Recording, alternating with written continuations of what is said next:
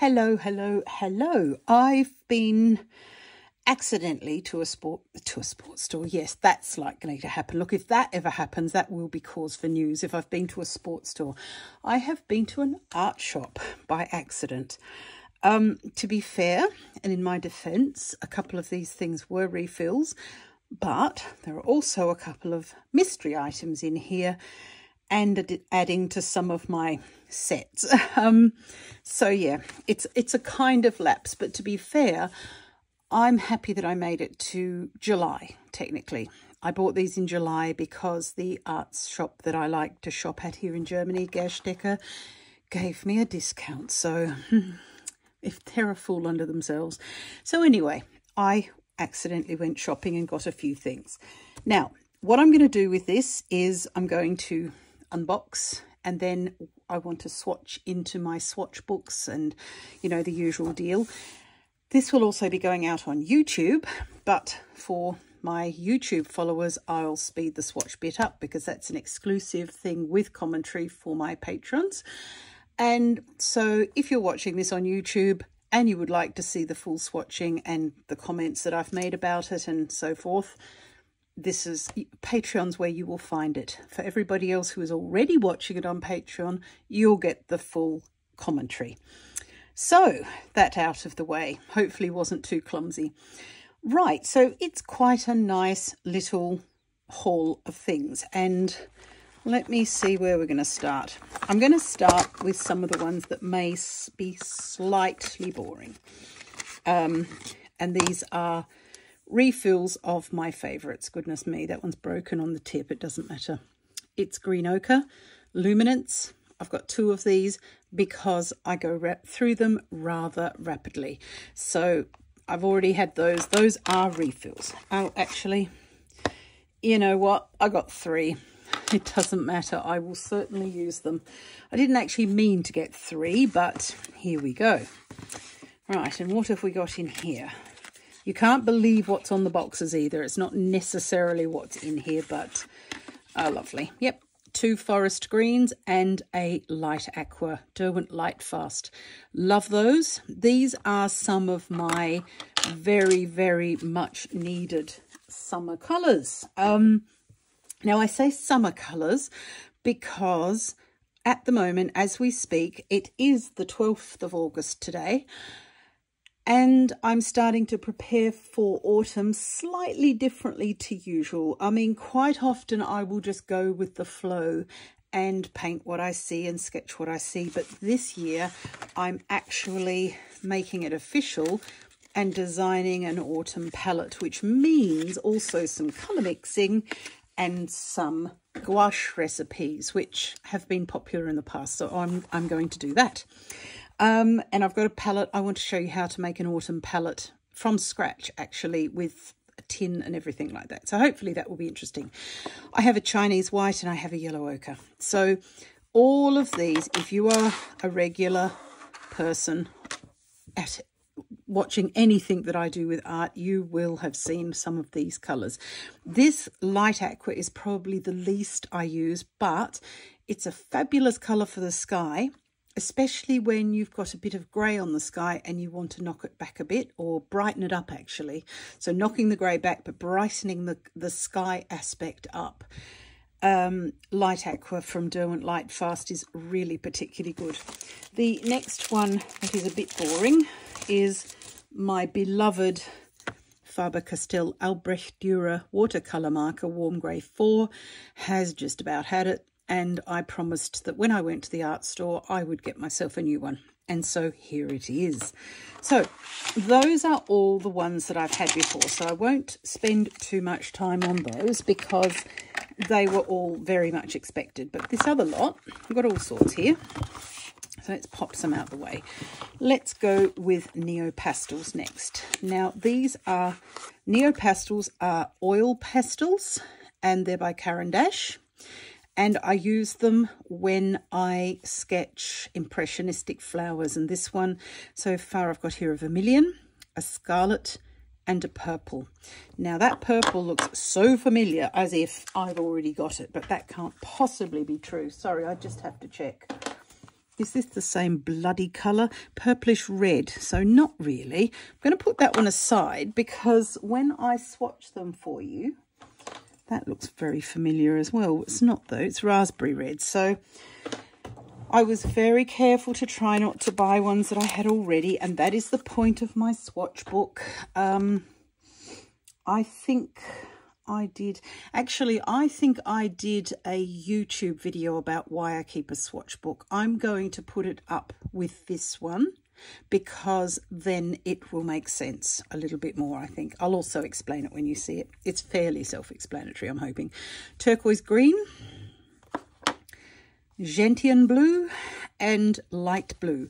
And these are all colours that are quite bright for me. But the reason I've got them is because sometimes that's what colour flowers in hedgerows are. And my approach with these is basically to choose a colour and collect it. And look in my swatch book. It's a little bit like a coin album, my swatch book, because I write all of the colours out, and then I put in what I've got already, and then I can see where the gaps are. Orangish yellow, really, I love that one. That's really nice actually. That one doesn't stay in there because I had it already. This one is yellow, just plain yellow, quite bright, and this one is flame red. I would have called it orange, but then I'm boring. So yellow it is, or flame red it is. My favourite out of all of these, I think, are these two, this purplish red, or purple in this case, and 90350. I'm really, yeah, they just look so similar to me, so I'm not going to let that go. Orangish yellow and the purple one, those are really nice out of this lot. The others are, I guess what I need to do is I need to see them in context, in a picture. I'll just put my eraser there. I need to see them in a picture so that I can see where they fit in and how they look right in context, because I will use those, like I said, to create little flower drifts in herbaceous borders and things like that. Now this one, let me get this open because it's all very exciting. It's a little bit like Christmas, isn't it? Right. Keeping the mystery going there. Just make sure the dog doesn't get that paper because she'll make a terrific racket. And I must have a little bit of oil pastel somewhere. These are ruinously expensive in my opinion, so I hope I like them. These are inks. They are antique inks by Raw and Klinger, which is a German firm. I can see by looking at that it doesn't have a pipette to get it out. Am I right? Yes, I am. It's okay, I've got one, but I was hoping it would have one built in. Some do. And another.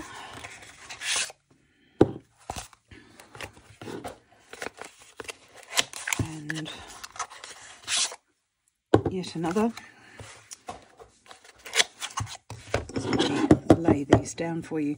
I really am a sucker for not just art products but also nice packaging, and these are quite nice, these packaging. Right, so got a couple of reds and a couple of greens. I think these were about €7 or something. Let me just have a look here what that might be. 240. Okay, I've got it. These are light fast inks, and I'm increasingly going over to eschewing any product that isn't light fast. So dye inks and fountain pen inks, which aren't. My beloved liquid watercolours, which aren't. I'm concerned about things like that because I'm likely to grab something that's not very light fast, forget in the heat of the moment of designing and make something that's my absolute masterpiece of my lifetime, only to find out that if I do put it in a frame and put it up on the wall, it will fade. That would be me. Obviously, with these, they still have merit as an art tool, even if they are very fugitive, because you can still take prints of your originals. But selling the original, if you want to go down that road, is highly ill-advised, because people don't want their painting to disappear over time. They're funny like that. And there are one or two, and we've got a light fast test coming up. I don't know if you remember, in April, I took some samples of the liquid watercolour. If you remember my little palette of greens, I have it right here so I can refresh your memory. This one here. And in my mother's old cigarette case from the 50s. And I did a light fast test and put them in my window, and coming up in about September, I think, that will be ready to be revealed. The results will be revealed. And yeah, so I don't want to give that away quite yet, but that's coming up as well, because there's so much noise in the marketplace at the moment. Some people will say this, you know, something is light fast, something isn't, this is more, that's not. I thought we'll do our own testing, thank you.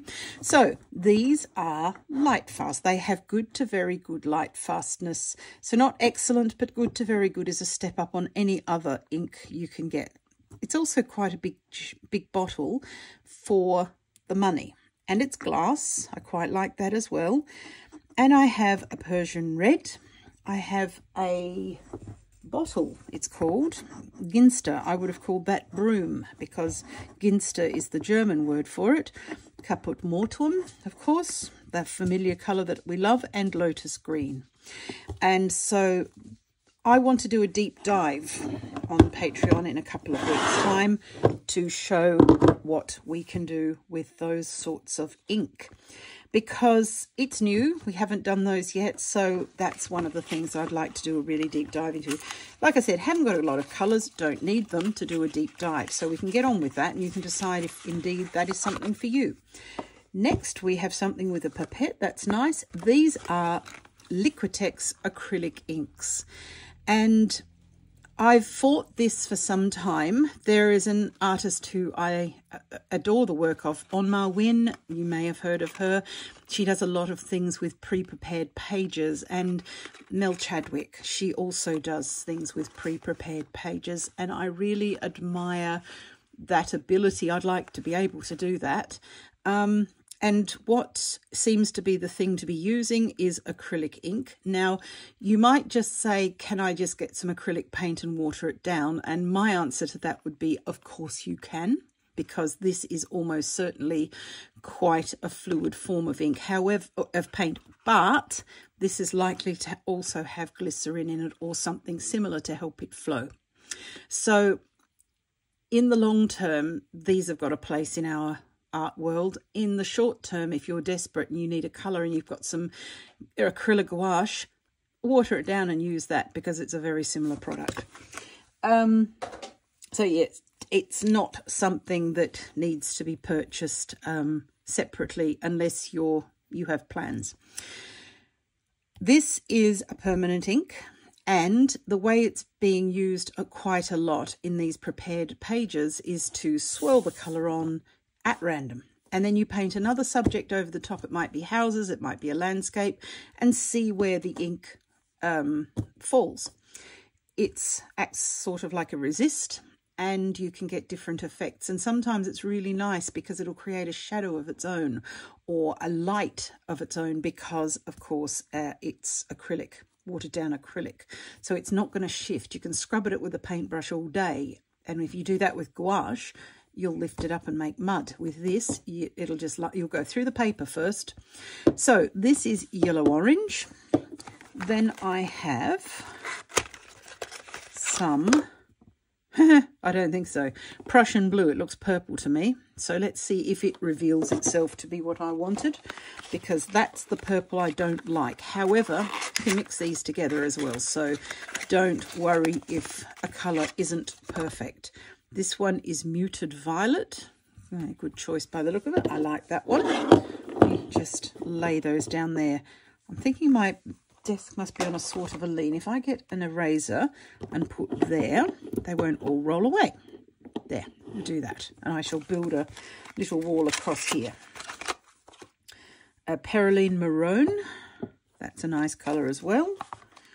Very arterial blood colour. This one here is muted pink. Apparently felt that was necessary too. let's hope something in here. Oh, this is different altogether. That was it. So these are the Liquitex inks that I got the first time. Just a couple of colours to see how we get on. So yes, see if we can agree. This is something I should have got out first, so I'm going to do it beforehand. I get onto those. These are Les Francs Bourgeois extra fine gouache, and this is my Vert de Vessie.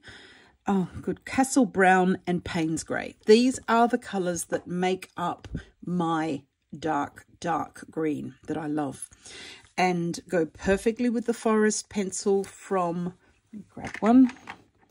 Gosh, I bought an extra 2 and I still can't find one. And now I've tipped all the others out. Great.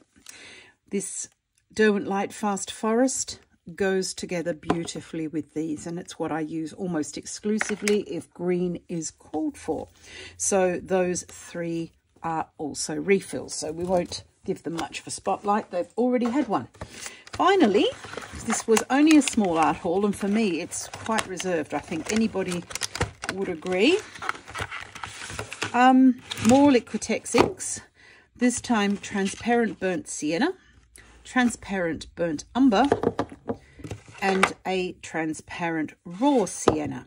So if I can go separating the rubbish. It's a big deal here in Germany. We have 3 bins, 4 usually, but we've had a special dispensation from our local court that we do not need a bin for our kitchen waste, like vegetable scraps and things, because we have an extensive composting system. But apart from that, we sort everything quite a lot, and it's great actually. Those are the Liquitex inks that I've bought, and then I've got these, which are the other antique inks, and then we have some Neo pastels, which are oil pastels. So apart from the things that I bought to top up, this is what we are going to go on and swatch right now. Okay, just as a very, very quick recap, and while I'm finding what I'm supposed to be doing here, this is my swatch book, and you can see it as I go through what it's for. Oh, I tell you what, I opened it this morning and I was cross because I've got gaps here in my coin collection, which could have been filled last time I accidentally went to the art store, which means I'm going to have to accidentally go again. Oh hum. So this is my swatch book. Like I said, I've got a couple actually. Here we are, Neo Pastels. So what I do is it's the usual Dale Rowney sketchbook that I show all of the swatches in that we do, and all of the deep dives, and it's my scrappy sketchbook, which I actually probably the only sketchbook I've got that is used like a proper sketchbook. And the idea is this is number 2, so I have another one, and I date them so I can see when I started. It's just all information that might one day be useful. What I do is then I go on to the company where I do most of my buying, and I write down everything in order that they listed, not in order that I've purchased. Because if I do it in order that I've purchased, it's always going to be full and I'm not going to know where the gaps are. So I do it in the order that they have it in, and always put the numbers in, because sometimes, like I said, when you get a situation like this, you could sit there all day and wonder what number is what. So I put the numbers in so that I can actually see where things go. Because I've had a few times there where I literally did not know where they went. So then I come and buy something and I'll swatch it into the book, which I find it's a really, really good system, and it stops me from buying 100 of everything. I don't know if you remember the Graphy Tint video where I ended up with 3 greens of each sort because I convinced myself that I hadn't got them. It's fine, I'll use them, but when pencils are €3 each, you could probably have bought something else a bit different rather than repeating. Okay, this time I've bought a couple of greens, and I did that on purpose because I go through them so quickly. So this stops me from doing it every time when it's not on purpose.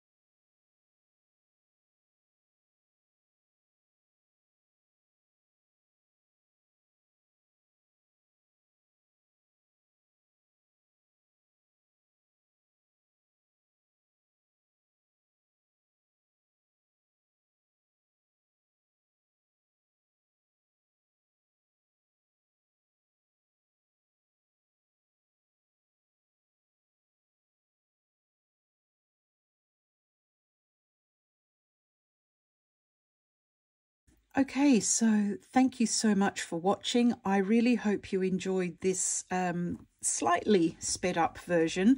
And like I said, if you do want to see more and the full, absolute full version with all the explanations, do head over to my Patreon and join us there. You will be most welcome. And also you'll see when we do the deep dive, I'm going to do a deep dive on the ink, the dye ink, and also the acrylic ink here, because that way you can see exactly what they can do and everything that you can use with them. And so for that I will use absolutely everything. You'll see me using coloured pencils, gouache, acrylic, watercolour markers, other sorts of markers, absolutely everything I can get my hands on, pastels, oil pastels, soft pastels, the works, to see what goes with what. And what I do with that is I will use some as an underlayer and then see with some how they go over each other. So for example, I'll put an ink down and I'll go over it with a coloured pencil. Then I'll put a coloured pencil down and go over it with the same ink, so that it's an absolutely comprehensive guide to what each one of the mixed media materials can do. So there's a few actually on my channel already. So if you want to have a look at those, that's already up there and you'll see exactly what I'm talking about. But other than that, thank you so much for joining me. Don't forget to leave a like and subscribe, and hopefully I'll see your name over on my Patreon. You'd be most welcome. Take care. Bye.